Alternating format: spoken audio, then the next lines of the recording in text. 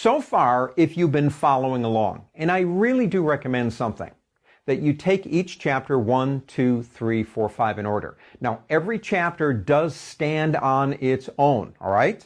They stand on their own. But if you're building, you get more knowledge this way, I think, and more understanding of each one of the chapters as you move into it. So again, if you've been following along, we've looked at basic shapes and the basic components of shapes. In this chapter, let's talk about the tool that creates the basic stuff. It's the pen tool. If there's one tool that is just kind of like the tool that you use in Adobe Illustrator or any, Corel, there's a lot of different programs out there that do vector, even InDesign and Photoshop. They all have this tool, the pen tool.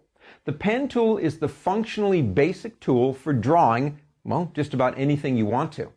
If you can use the pen tool and you really can master it, you don't need anything else. Although I will agree with most people, if I'm drawing a rectangle, I'm going to use the rectangle tool. If I'm going to draw a circle, I'm going to use the ellipsis tool. Why? Well, it's easier that way. But I can draw rectangles and I can draw circles or any other shape with the pen tool. So we're going to start out with some of the pen tool basics. We're going to generate some simple paths. We're going to talk about adding and deleting and converting anchor points. All can be done with this one tool. We're going to get into controlling the tool, gaining control over it, working with smart guides and the pen tool, which is actually pretty smart when you think about it. And at the very end, we're going to build a telephone out of simple shapes and the pen tool. All that in this chapter. Let's go.